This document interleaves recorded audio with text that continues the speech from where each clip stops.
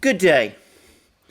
Recent satellite photos which have appeared of China's new aircraft carrier, referred to in the media as the Type 003, being built in Shanghai, feeds thoughts about the state of the Chinese Navy and the kind of challenge it potentially poses to the US Navy's control of the Pacific Ocean. Now, I think that this is perhaps a good point to review this question, but before I do, I must now make the traditional caveat I always make when I discuss these issues, which is that, of course, I am not someone who has ever served in the military or has direct experience of military affairs, and I'm not somebody either who has a technological background. So everything I say is based on my understanding of events as drawn from other sources, but is also heavily informed, to some extent at least, by historical experience and, dare I say it, a dose of common sense.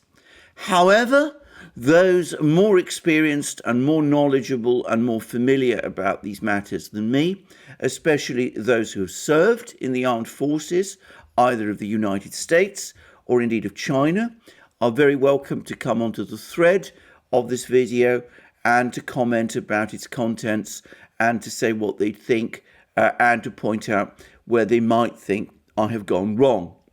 Anyway, there's a few things first to say. Now, I've been reading widely and I've been hearing many people say that the Chinese Navy at the moment outnumbers the US Navy, that the US Navy has about 270 warships, and the Chinese Navy has about 370 warships, and so that the Chinese Navy already allegedly or supposedly surpasses that of the US and is more powerful than that of the US. Well, I have to say straight away that it seems to me that this is clearly and self-evidently wrong. The US Navy still possesses a huge advantage over the Chinese Navy, and that is done by looking not at the total number of warships that each side possesses, but at those which would be relevant in the event that there was a naval war. Now, let's start with the US Navy. It has 11 nuclear-powered supercarriers, around 20 large cruisers of the Ticonderoga class, and it's got over 50, around 70, Arleigh Burke Aegis style destroyers. It also has around 50 nuclear attack submarines and also a very large number of amphibious carriers intended for projecting the US Navy's marine force where it needs to be. The Chinese Navy, by contrast, has only 2 small conventionally powered carriers, around 50 destroyers, but some of these are relatively old and only about 25 or so can perhaps compare with the US Navy's Arleigh Burke destroyers. It has about 8 cruisers either built or building, and it has only 12 nuclear-powered attack submarines comparable to those of the US Navy, and by most accounts, those submarines are noisier and technologically less advanced than the US Navy's submarines. In fact, I've heard that they are at the level of quietness of the Soviet Victor III submarines that started to appear in the Soviet Navy in the late 1970s and early 1980s. So clearly, the Chinese at the moment are heavily outmatched in any outright naval war. Probably in time they will catch up, and it is the trends we need to look at. But those who talk wildly about the Chinese Navy having already surpassed the US Navy in striking power are certainly exaggerating. Now, I would say that these figures of 370 or so Chinese Navy warships almost certainly include warships, small warships that are used by the Chinese Navy to control or to patrol or to dominate the immediate seas and oceans around China itself. And here, it's probably fair to say that the Chinese have an advantage. They have more and better frigates than the United States Navy does, and more small missile boats and patrol boats and coastal submarines and the rest. Here, I would also add that it seems to me that with the so-called littoral class ships, the United States Navy took a catastrophically bad turn. But we're not talking about a conflict at the moment along the along the US coast. So these coastal ships are not exactly part of the order of battle that we would be looking at if these two great fleets were to confront each other directly somewhere in the middle of the Pacific Ocean. That is not to say, however, that these smaller Chinese vessels, these coastal craft, as I will call them — I appreciate frigates are more than just coastal craft, but that's what I will call them — that these coastal craft are to be discounted in any conflict between China and the United States. On the contrary, since that conflict at the moment will probably happen in areas adjoining China's mainland, they are very important indeed, particularly China's growing force of coastal submarines, which are conventionally powered, but also some of its small missile boats and the rest. But it's important always to understand that we're talking about two different categories of navies. There is the large ocean-going fleet, in which the United States, with its huge force of supercarriers, nuclear-powered supercarriers, and 20 cruisers and 70 destroyers, clearly outmatches the Chinese Navy.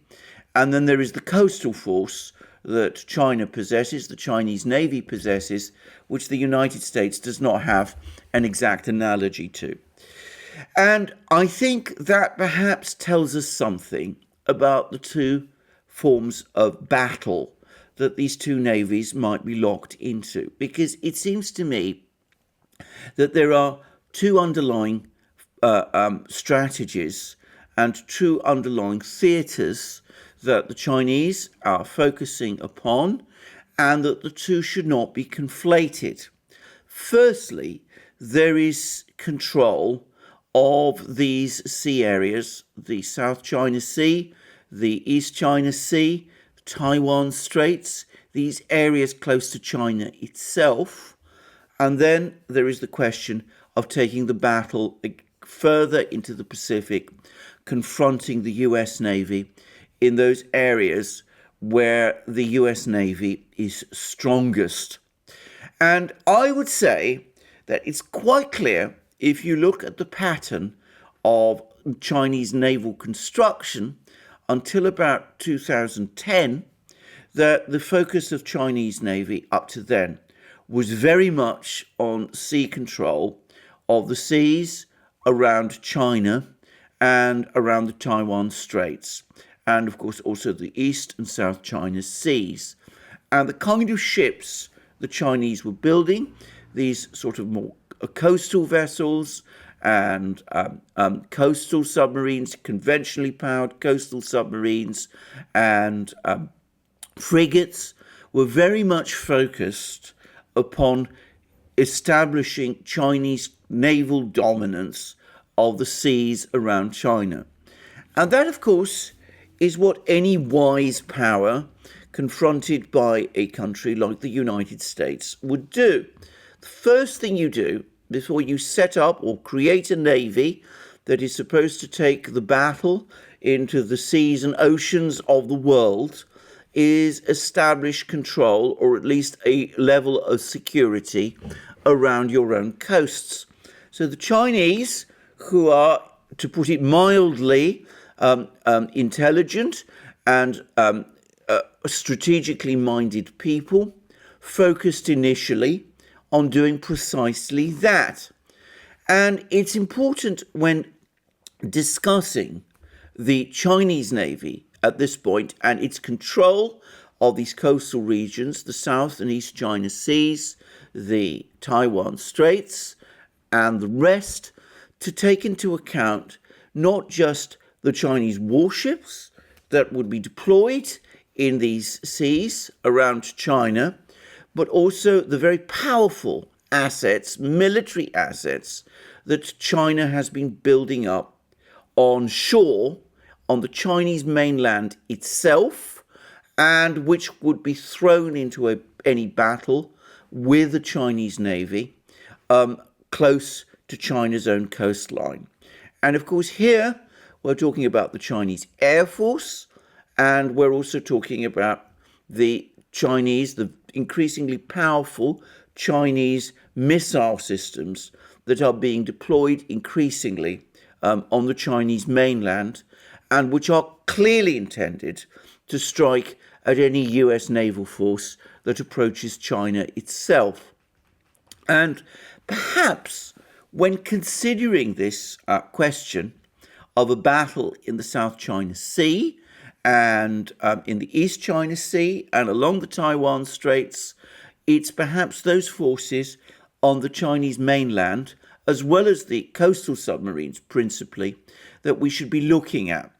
Now, the coastal submarines are important because they're extremely quiet, and the seas around China are also dotted by islands which create choke points through which US Navy warships would have to pass, and that apparently makes those seas ideal for the sort of ambush strategies that coastal submarines, conventionally powered, diesel electric, extremely quiet coastal submarines excel in.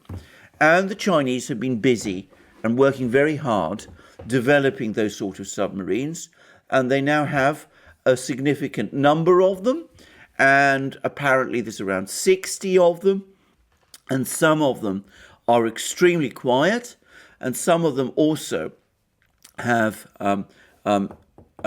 AIP type systems which enable them to operate for long stretches of time underwater without having to surface to recharge their electric batteries. So though they are not, in terms of the wider oceans, comparable to nuclear-powered submarines, they are nonetheless effective warships, and they would be extremely effective operating in these coastal waters, as would the 109 missile boats and 49 frigates that China also is able to deploy around its coasts.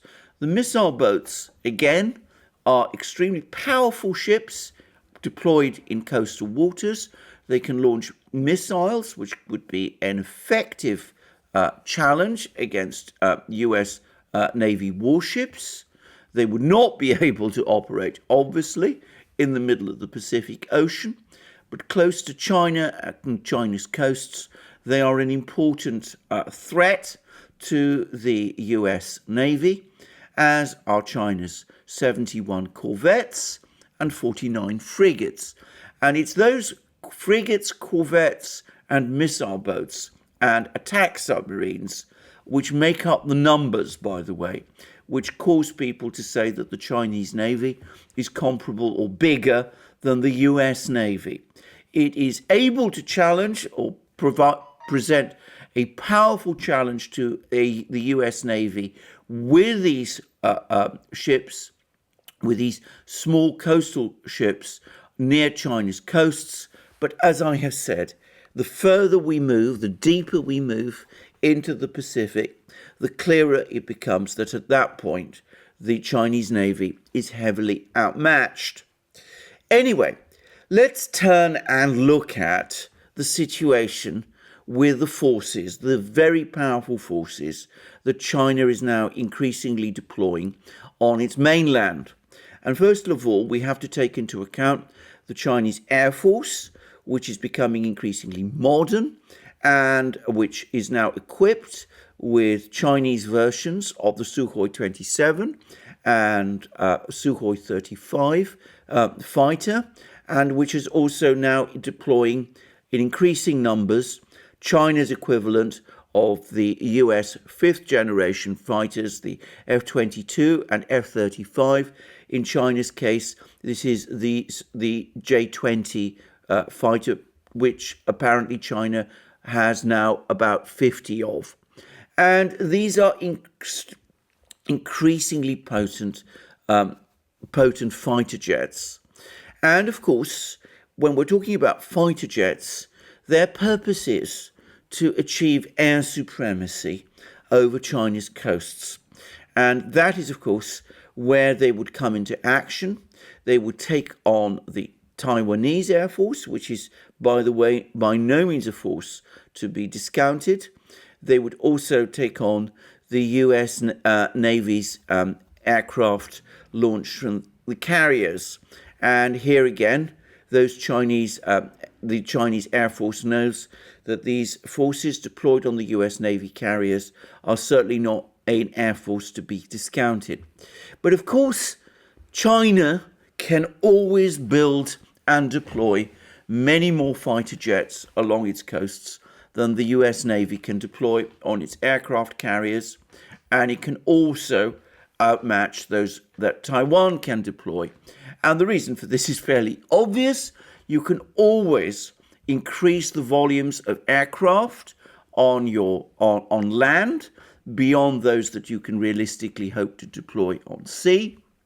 And if you lose aircraft on land, if they're shot down or lost in battle in some way, well, you can always reinforce and replace them in ways that it's much more difficult to do if your aircraft are on carriers. So that does give the Chinese a very considerable advantage.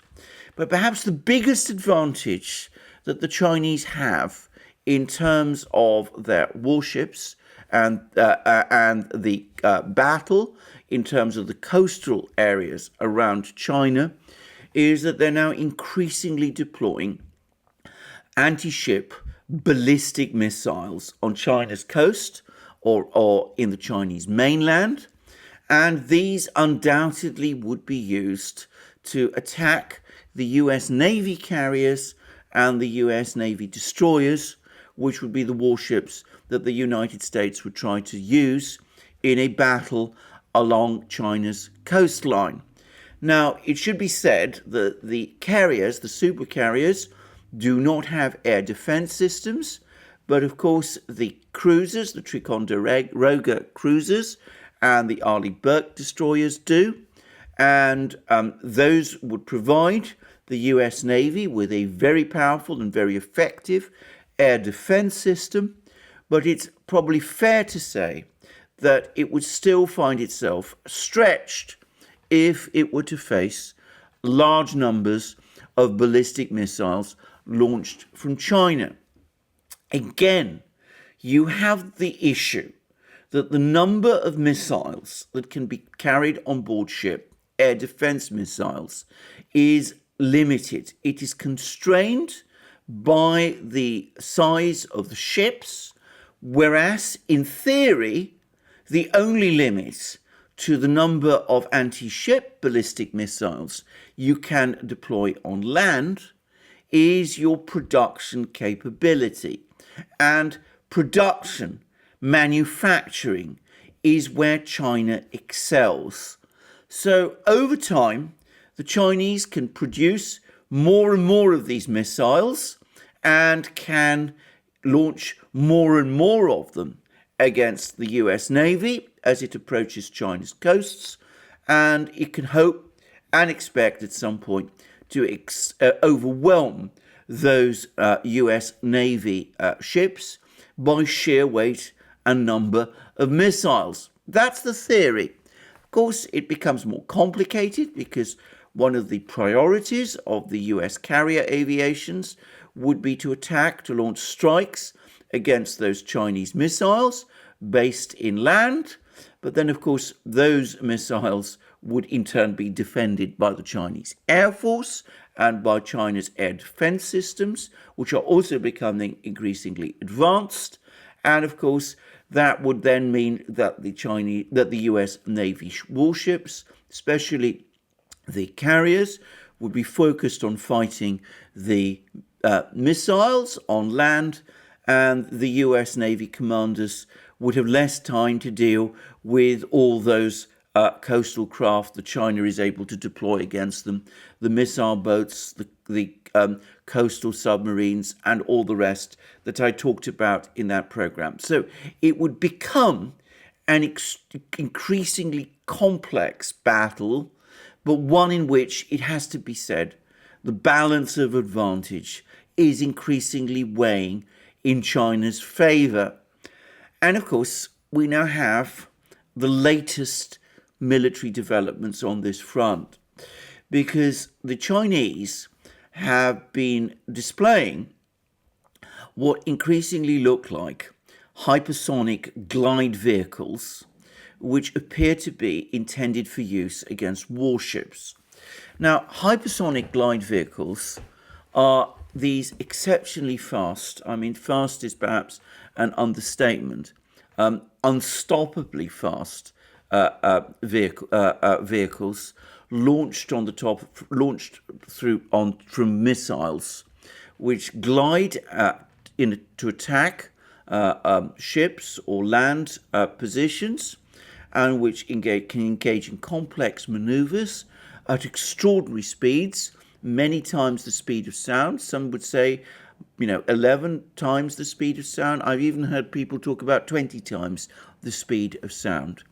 And if they can be guided onto US Navy warships, at the moment, those warships have no defense against them.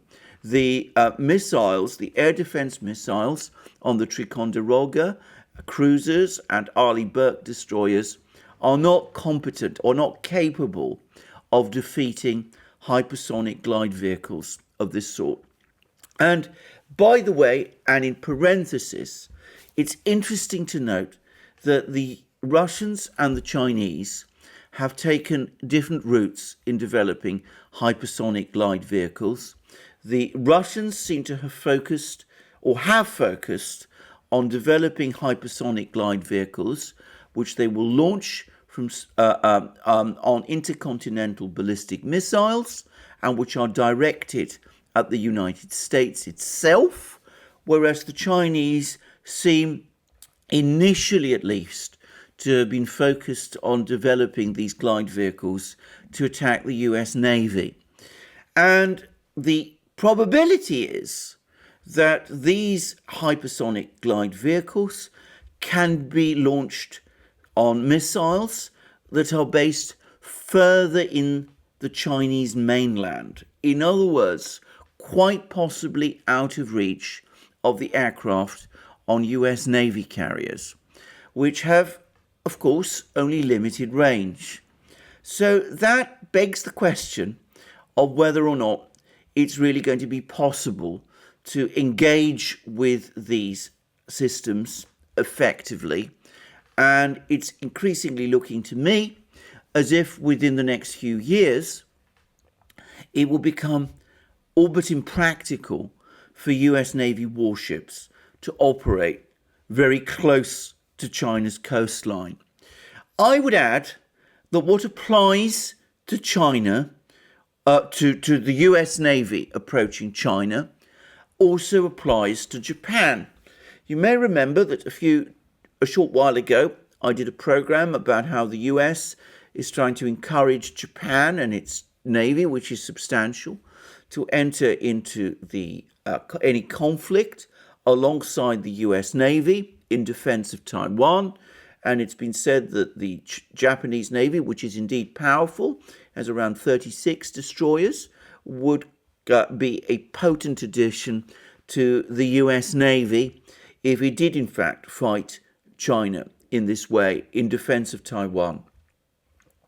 I have to say that if you take the assets that China can throw into the conflict from its own mainland, including these hypersonic glide vehicles that the Chinese seem to be developing and seem to be close to deploying, the Japanese would face exactly the same kind of problems deploying their warships close to the Chinese mainland as the US Navy would. It would, in my opinion, be an absolutely disastrous idea. It would be an act of folly. And the Japanese, from a military point of view, might be better advised, it seems to me, deploying their fleet where it is needed in defense of the Japanese home islands, rather than using it offensively against the Chinese coastline, where, in the event of a war, it might indeed face insurmountable challenges which could lead to its, well, possibly even its destruction. We will come shortly to a discussion about whether any of this is realistic towards the end of this program. Anyway, that, it seems to me, is the naval balance at the moment. At the moment, the United States Navy dominates the Central Pacific. It dominates the world oceans. It has a fleet that China cannot match in that respect. And it would mean that for the Chinese to try to challenge the US Navy in mid-Pacific, or say in the Indian Ocean, or anywhere else, would be folly. But the Chinese are rapidly gaining a position where they have established a military ascendancy in the seas immediately adjoining China, the South and East China Seas and the Straits of Taiwan.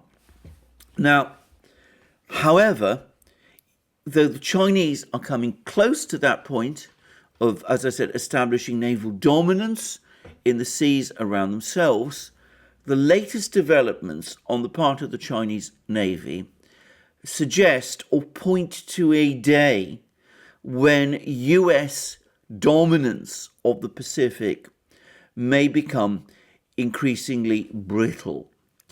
And that brings me now back to the question of Chinese carrier developments. Now, the Chinese have already got one carrier in operation. This is a smallish, conventionally powered carrier, weighs around 60,000 tons, and it is in fact an evolution of a Soviet-era carrier built in the Soviet Union, which China bought from Ukraine and then basically rebuilt and created into its own carrier. It is very close in style and appearance to the Russian carrier, the Admiral Kuznetsov, having formed what was initially part of the same Soviet class of carrier. And these are small carriers whose primary purpose in the Soviet Navy was to provide air defense for Soviet warships, other Soviet warships, which were the primary assets of the Soviet Navy. They are not in any way comparable to the US Navy's nuclear-powered supercarriers and should not be compared with those supercarriers. Notably, carriers of this sort of the Kuznetsov class do not have steam catapults, which means that they can only launch their aircraft, their fighter jets, via ski jumps, and that means that they cannot carry heavy equipment, they can't carry heavy bomb loads. They're not intended, therefore, for long-range strikes against other warships or against land targets. They are primarily air defense carriers. I would add that when the Russians, a few years ago, deployed their Kuznetsov carrier, off the coast of Syria and tried to use the Kuznetsov to launch strikes on jihadi positions in Syria. The limitations of Kuznetsov-style carriers in launching aircraft capable of carrying out strikes against land targets were rapidly exposed. The bomb loads these aircraft could carry, the aircraft from the Kuznetsov could carry, were very limited, and it turned out that the Russians struggled anyway to control the aircraft from the carrier and to deploy them in that way.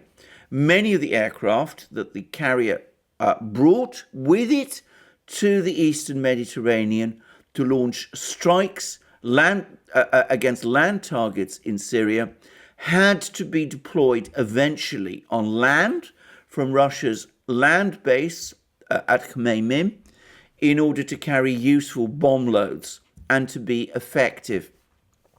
So this demonstrates the limitations of these Kuznetsov carriers. They were air defense carriers. They were never meant for both air defense and airstrike roles, as the US Navy supercarriers are, and they cannot in any way be compared to them. Anyway, China has one of those carriers that it bought from Ukraine and converted to its own use, and it has now built a second carrier, which is very similar, though slightly modernized. It's built it basically on the same plans and on the same lines, and it carries, by the way, aircraft which bear a great deal of resemblance to the aircraft that the Kuznetsov carries. So these are two small, conventionally powered carriers. They are in no conceivable sense analogous to the US Navy carriers. But what we have now seen are satellite pictures of the latest carrier that the Chinese Navy is building, which is being built in Shanghai, and which, by the way, is being built at extraordinary speed. This is Type 003, and it becomes clear from the satellite photos that this is indeed a carrier that is similar or comparable to the US Navy carriers in some respects. Firstly, it is of the same general size. It probably weighs, when in full displacement, something like 85 to 90,000 tons. And it probably carries a similar load of aircraft. And it has a flight deck which is about the same size as those of the US supercarriers of the current Ford and Nimitz class. Moreover, and unlike the Kuznetsov class carriers of the sort that China currently deploys,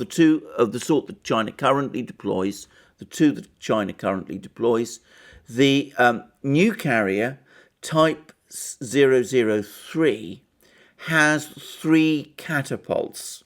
Now, it's important to stress that at the moment we don't exactly know very much about these catapults. They might be steam catapults, which is the current technology that is on the Nimitz class carriers that the US Navy deploys, or, and the Chinese have hinted at this, they might be electrically powered, like the new catapults that will be used on the new Ford class carriers that are just entering service with the US Navy. Those catapults are said to be faster and more efficient, enabling more aircraft to be launched more quickly than the steam catapults can do.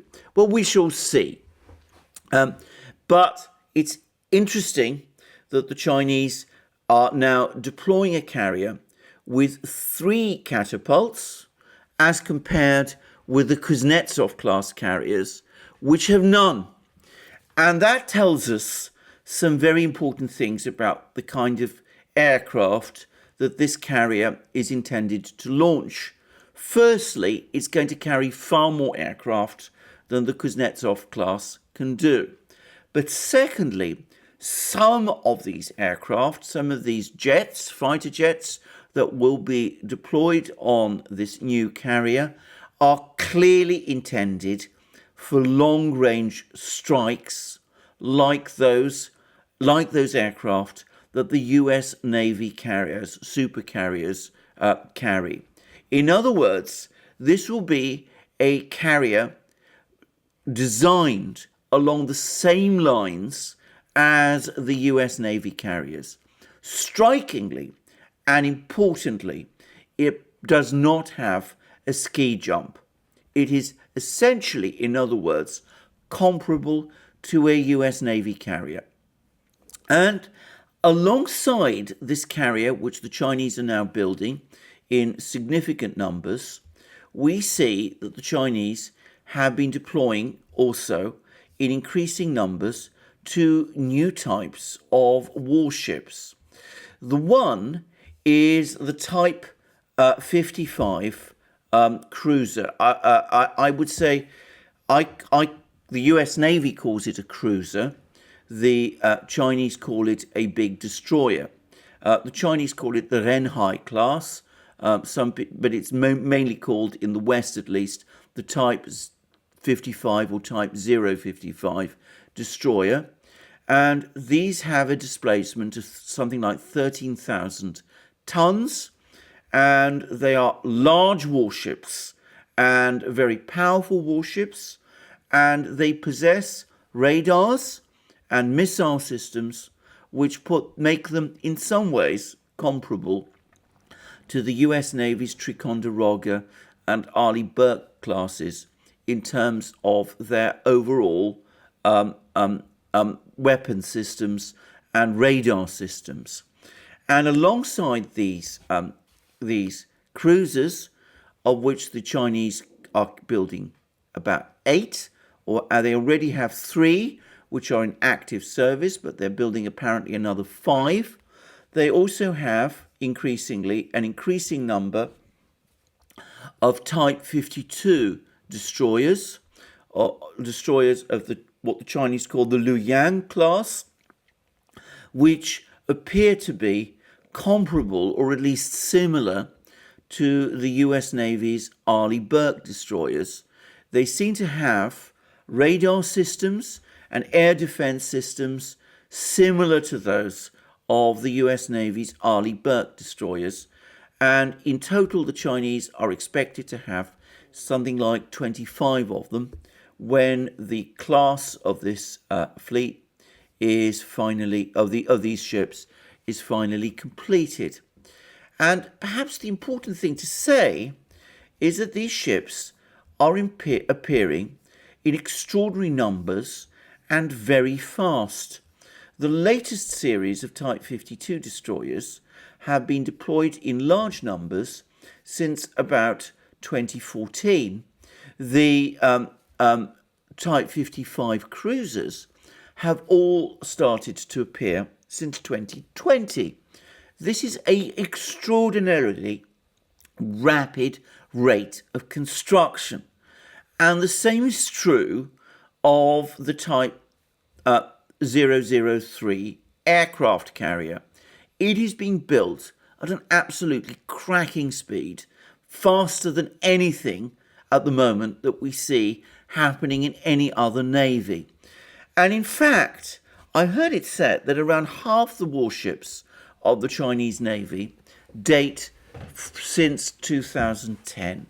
So that gives us a sense of the sheer scale and speed of Chinese naval construction. Now, it's important to make an observation about these warships because I spoke about the Chinese coastal navy, its coastal submarines, its frigates, its missile boats, and all the enormously powerful forces that China can call on, which are deployed on the Chinese mainland, the Chinese Air Force that's there, the Chinese missile systems that are also located there, that can be deployed along the Chinese coast in the South and East China Sea and along the Taiwan Straits. But aircraft carriers of this sort, of the sort that are now emerging, appearing, like the Type 003 And cruisers like the Type 055 and destroyers like the Type 52 look like they are intended to provide China with an oceanic navy comparable to that of the United States. In other words, the Chinese are in the process of acquiring aircraft carriers similar to those of the United States and cruisers and destroyers which are also similar to those of the United States. Now, it needs to be stressed that nothing like this has happened since the Second World War, since the United States defeated Japan in the war in the Pacific that formed part of the Second World War. No other navy since then has had aircraft carriers that can compare with the US Navy's supercarriers. The Soviet Navy never built carriers that could compare with the US Navy's supercarriers. And though towards the end of the Soviet Union, the period of the Soviet Union, at the time the Soviet Union collapsed, they were building an aircraft carrier which would have been nuclear powered and comparable in size to those of the US Navy. Its design, with a ski jump, shows that it was primarily intended, again, for air defense.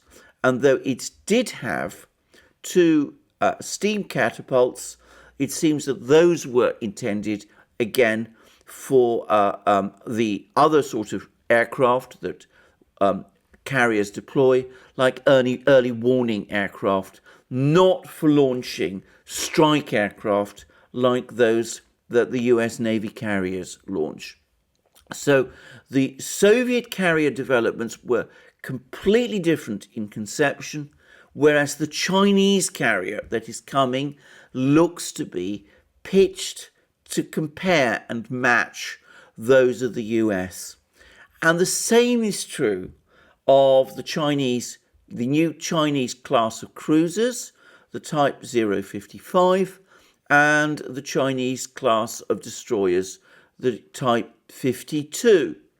Now, it should be said that at the moment, it does seem that even with respect to these actual ships, the United States Navy still has a qualitative advantage.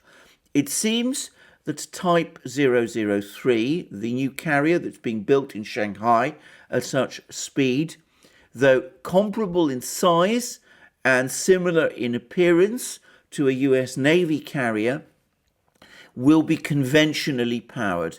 It will not have a nuclear engines. And the same is true of the Chinese Navy's Type 55 cruisers. They are conventionally powered. Now, the US Navy has nuclear-powered supercarriers. It no longer actually fields nuclear-powered cruisers. The Ticonderoga-class cruisers are not nuclear-powered. But the reason that US cruisers are no longer nuclear-powered is because the United States can draw on its vast network of bases, and China does not have anything like that to compare with. So logically, China ought to be, it might make more logical sense, given that the Chinese can't deploy their warships in bases in the way that the US Navy can, if it were to deploy nuclear motors on its cruisers, as well as, of course, its aircraft carriers, and it's not doing so at the moment with respect to either. I've also heard some suggestions that the air defense missile systems on the Type 52 destroyers and on the Type 55 cruisers that the Chinese Navy has are not yet of the same capability as the Aegis class missile systems that are found on the US Navy's cruisers and destroyers. Though that may change, and it's important to say that it is now relatively easy to upgrade missiles in cruisers and destroyers and warships, because unlike what used to be the case, these ships nowadays launch their missiles from cells, from vertical cells, and it's therefore much more easy to upgrade and modernize and replace them than used to be the case in the past. So this apparent superiority in missile capability that the US Navy may still possess, that could be lost very soon. But it does seem as if the Chinese are struggling for the moment to develop or deploy nuclear engines in the way that the US and Russian navies have perfected. However, that too is likely to change, and there are reports that the successors to the Type 003 carriers will also be nuclear powered, like the US Navy carriers are. In other words, the Type 003 is an intermediate carrier, conventionally powered, but offering similar capability to the US Navy's carriers, but that the successors will have the same capability or similar capability to the US Navy carriers and will also be nuclear powered. And at that point, China will possess a supercarrier comparable to those of the United States, something that the Soviet Union never did, and something that no other navy has done. Britain and France and other countries, India for example, also have carriers, but they cannot remotely compare in potency and size and capability to the US Navy carriers.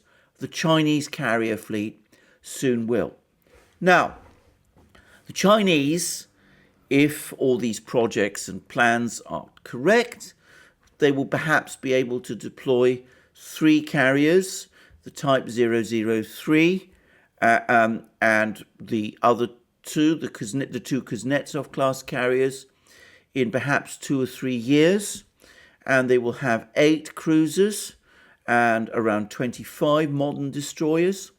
Still far less than what the US Navy can deploy with its 11 supercarriers, its 20 or so cruisers, and its 70 or so destroyers. But of course, we have to always look at building programs. And it seems that the Chinese are able to build aircraft carriers and cruisers and destroyers far more rapidly and at far lower cost than the US Navy can.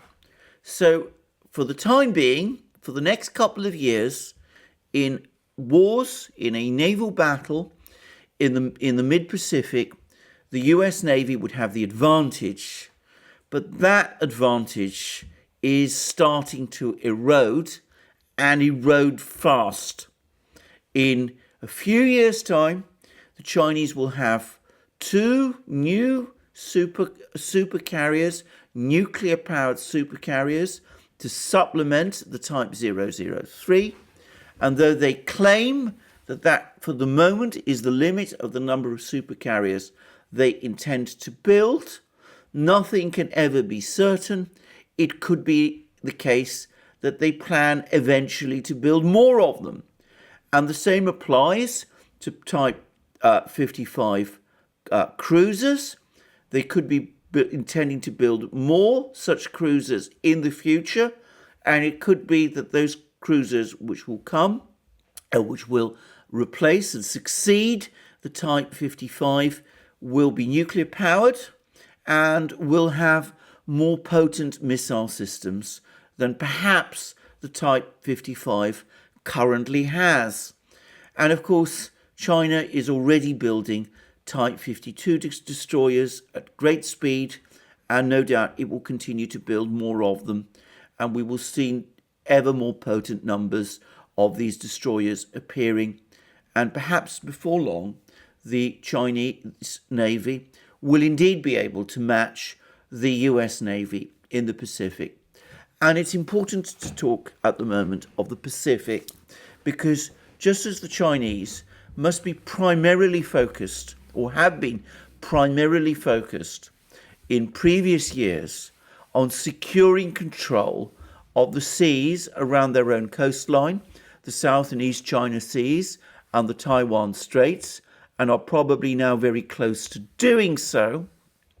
So, in a similar way, the Chinese Navy will probably, if it is intending to take a more offensive role, will be primarily focused on the Pacific. And that's, of course, an important difference, because China at the moment is not a global power and does not aspire to be a global power in military terms like the United States is. So whereas the Chinese Navy, in a confrontation with the United States, would be focused overwhelmingly on the Pacific, the United States Navy might find that it still has to deploy naval assets like supercarriers and destroyers and cruisers in other seas and oceans around the world, especially if it is facing a challenge from the Russian Navy in the Western Arctic and in the North Atlantic. So that gives the Chinese a kind of geographical advantage. Now, will this all come to pass? And what would actually happen?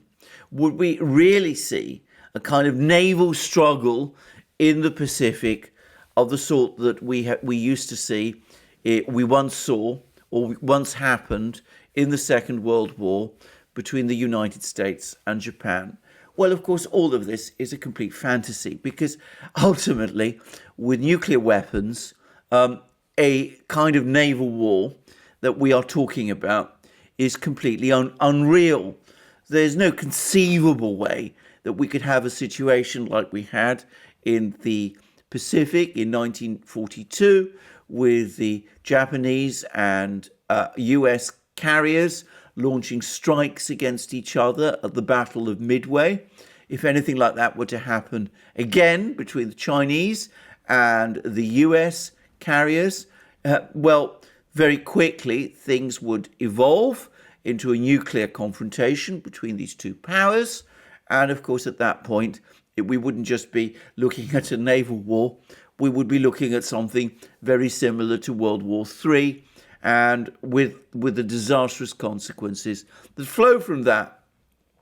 And it's important to say that at the same time as the Chinese are beefing up their naval forces, they also seem to be beefing up their nuclear strategic deterrent forces. There's been a lot of excitement and concern at the moment about the fact that the Chinese are building many more silos, presumably for intercontinental ballistic missiles in the Chinese inland in China. And there's been much speculation about whether these silos are intended to house more missiles or whether they're part of a shell game. In other words, the Chinese want to give the impression that there are missiles in these silos and perhaps confuse US military planners who would not be sure where Chinese ICBMs actually are located. Anyway, there's been much talk of that and much discussion about what that means, but it does underline the fact that obviously there is no realistic prospect of a midway type battle in the Pacific between China and the United States today, because very quickly and very rapidly that would escalate into nuclear war. But the point is, a battle like that doesn't have to happen for the balance of power to change. The fact is that if the United States Navy now finds that there is Chinese Navy patrolling the Pacific on the same scale that the US Navy does, that's going to have a massive psychological effect on the US Navy too. And not just on the US Navy. It's going to have a huge psychological effect on the other countries in the Pacific. countries like Australia, Indonesia, the Philippines, Japan, they're going to suddenly find that whereas a foreign warship patrolling their seas or close to their seas until recently was American, now it could quite easily be Chinese. And that is going to be somewhat unsettling. And we don't know exactly what implications it might have. A country like Japan might be deeply alarmed by this and might start engaging in a naval build-up of its own to try to match what the Chinese are doing. And Japan remains a major industrial power, and it could, of course, build up its fleet quite rapidly to try and match the Chinese fleet. And we could start to see Japanese carriers starting to appear. The carriers that Japan has at the moment are basically converted helicopter carriers. They're very small. They do not compare with those of the US Navy or those which the Chinese are now building. But we could see a beefing up of the Japanese Navy. But then, of course, Japan has found itself in conflict with many other powers in the Pacific. The growth in Japanese naval power might set alarm bells ringing in places like Indonesia and the Philippines. And of course, they could also set alarm bell ringing in that other important Pacific naval power, which is Russia. Russia also has a powerful fleet in the Pacific. It controls the Sea of Okhotsk. It has naval bases in its Pacific regions and in Vladivostok.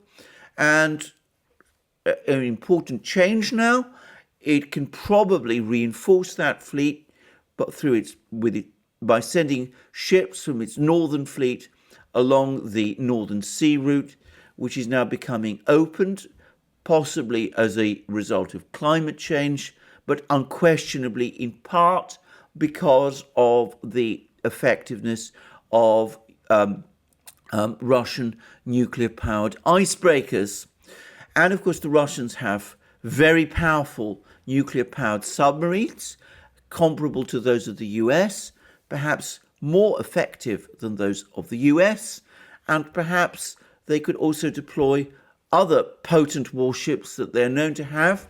They're currently building a very, very formidable frigate class of their own, the Admiral Gorshkov class, which possibly has even more potent missile systems than the US Navy destroyers do, and which are really perhaps better understood less as frigates and more as small destroyers. And it seems that the Russians have plans to supplement these frigates, which are only now entering service in relatively small numbers at the moment, but it seems that they have plans to supplement them with a destroyer class comparable to the US Navy Arleigh Burkes and the Chinese Type 52s, which would be, of course, very powerful warships indeed. So maybe, we could start to see a major confrontation, naval confrontation in the Pacific involving many powers, China and Russia, the United States, Japan, Philippines, Indonesia, all those places, all becoming concerned, all becoming worried about their position in the Pacific, as instead of the Pacific being an American lake, it suddenly becomes an area which is being contested between the two mighty navies of the United States and China. And it's important to say that that also will have geopolitical consequences, because, of course, countries like Japan and Indonesia and Philippines, if they start developing their own navies, if they start engaging in a naval confrontation, perhaps initially with China, well, they might start to develop their own militaries. That will reduce their dependence on the United States, and they might at that point start to develop their own foreign policies that might be different and distinct from those of the United States. It's important to say that some of these countries the Philippines especially, but also to some extent some of the states that now make up Indonesia, and of course Japan, have had very long histories of interaction with China, far longer than they've had with the United States. And though in the case of Japan, some of those interactions have been hostile, that has not always been the case with Japan itself, and it has rarely been the case with countries like the Philippines and Vietnam and Indonesia and all the rest. It's quite possible, it's indeed very likely, that all of these countries, and by the way Korea too, might find at some situations that they have more in common with China, with which they share many civilizational traits, than they do with the United States, and that it might make more sense for them, both economically and in terms of the overall situation in their regions, to cut deals with Beijing rather than confront Beijing in alliance with Washington. So who knows? It's very difficult to say how this is all going to turn out. And then, of course, the Russians in particular have what might be the ace in the hole. I did a program quite recently about the Russian Poseidon nuclear-powered submarine drone, which is intended to launch strikes against US coastal cities, causing enormous devastation and tsunamis along the US coast. In fact, a terrifying weapon, and one which, frankly, I find its deployment extremely alarming. Well, it seems that the Russians intend initially to deploy it not in the North Atlantic and the Western Arctic, but with their Pacific fleet. And it's perhaps striking that the first serial submarine that the Russians are building, nuclear-powered submarine, which is intended to carry this drone as its standard weapon system. The Khabarovsk is called the Khabarovsk, which is one of the major cities on the Russian Pacific coast, and it will presumably and apparently be based there. The Belgorod, which is the first submarine to be able to deploy the system, but which is also perhaps a submarine intended to recover these drones after they've been launched, as I discussed in that earlier program, that too, it seems, will be deployed in the Pacific. And if these drones can be launched against the west coast of the United States, well, that is, of course, very alarming and frightening for the United States. But potentially, given that they're nuclear-powered, they could be launched against other countries in the Pacific too. And of course, the obvious one is Japan, where many of the cities are on the coast, where it is, of course, an island nation, and where the Japanese have long history and cause to fear the effect of tsunamis, and they would be faced with a tsunami launched by one of these horrible things, which would be on a scale that would dwarf that of any other tsunami that Japan has ever had to face. So we are looking at a potential naval crisis emerging in the Pacific. So what does the United States do when confronted by this challenge? And I want to stress again, this isn't an immediate challenge. For the moment, the United States is able to control most of the Pacific, but it is already going to struggle to exert force along the coastal areas near China, the South China Sea, the East China Sea, the Straits of Taiwan. Well, I've already discussed it in a previous program. What it needs to do is agree naval limits with China. The Chinese have said that they only want to build 3 of these carriers that are comparable to the US Navy carriers. One conventionally powered, the Type 003, which is now building 2 nuclear powered. And a wise strategy for the United States would be to agree with China that that will be the limit of the number of carriers that China builds. And China will obviously also want to provide escorts to these carriers, which effectively means Type 55 cruisers and Type 52 destroyers. But again, the United States might agree limits with China on the extent to which China will build escort ships of this nature to accompany the carriers. So that would be a sensible policy for the United States to follow. But, as I've discussed previously, agreeing naval limits, something which it should be stressed, has been done before. It was very common in the interwar years. Something like that will require the United States to make concessions of its own.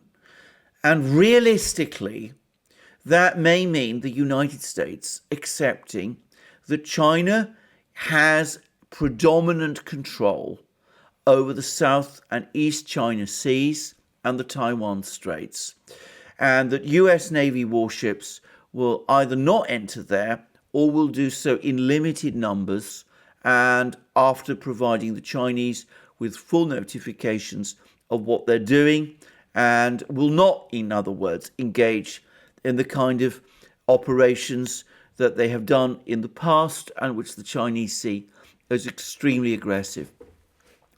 The US Navy is going to find that very difficult to agree to.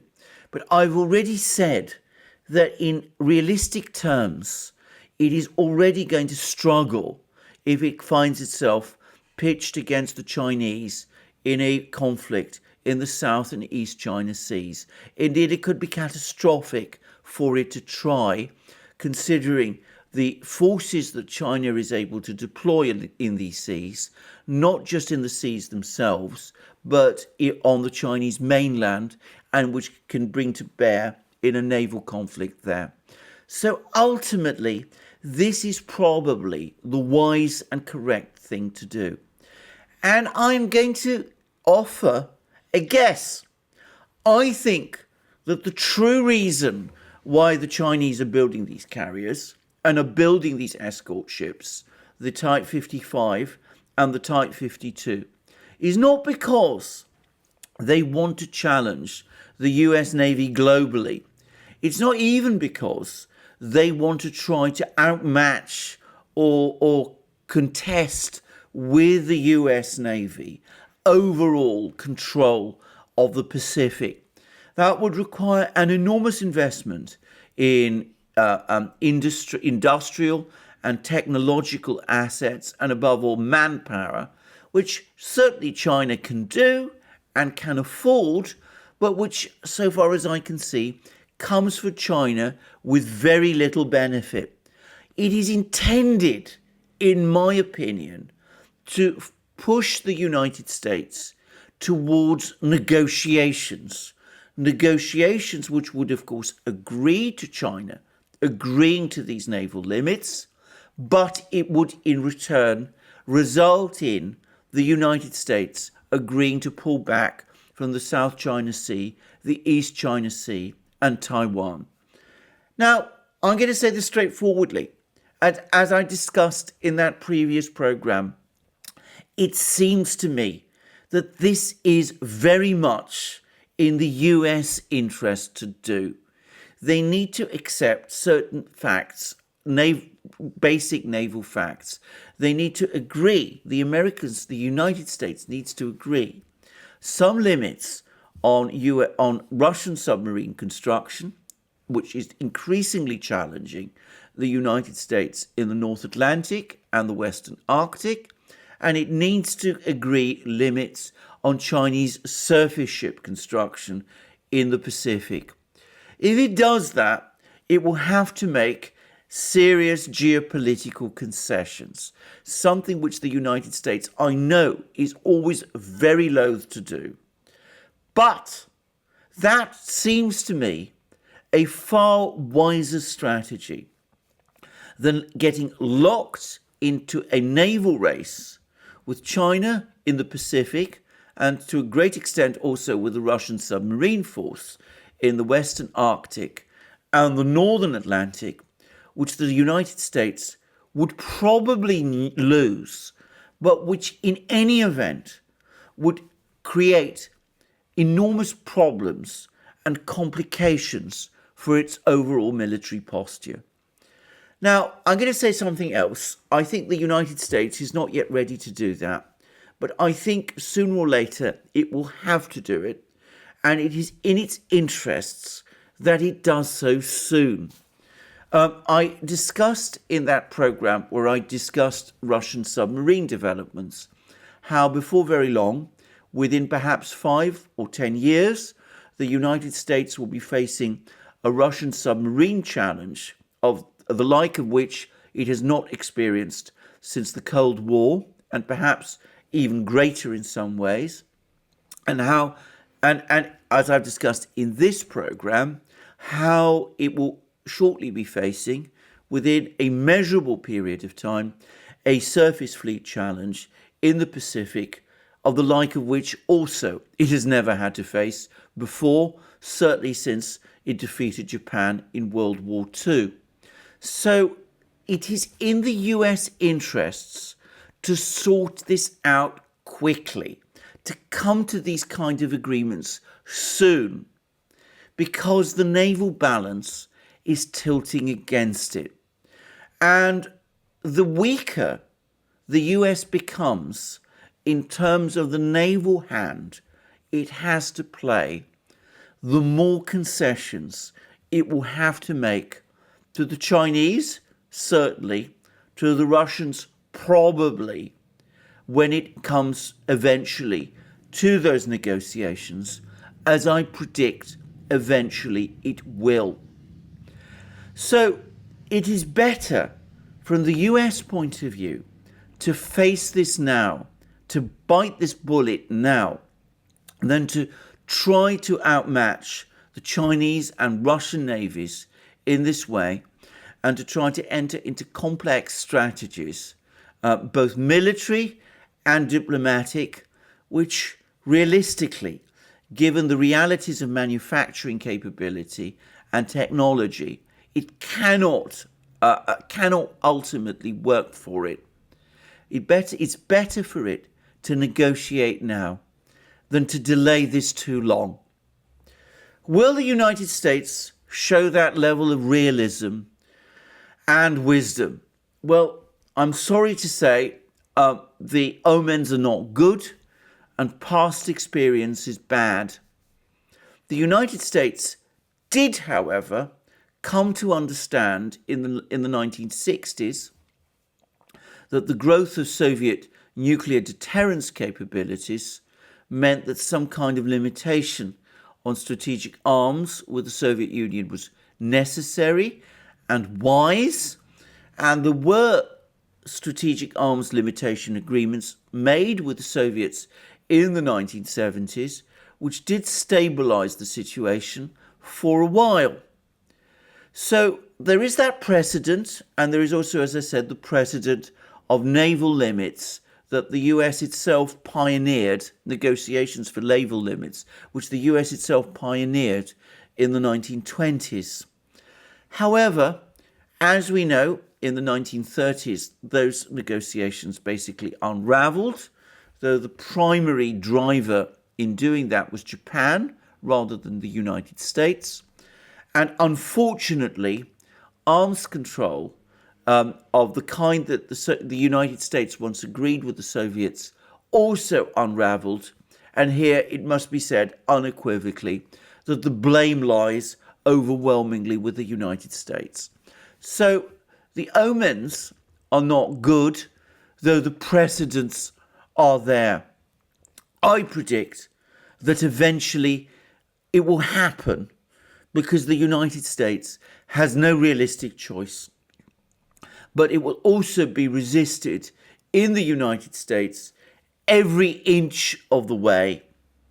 And it's far from certain that if these limits are agreed, the United States will stick by them, because the forces within the United States that always oppose restrictions on what the United States can do and build will always be there, and they will always remain strong.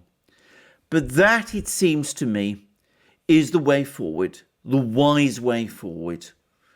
The alternative is to risk a naval race which the United States is likely to lose, but which in any event cannot turn out well for the United States.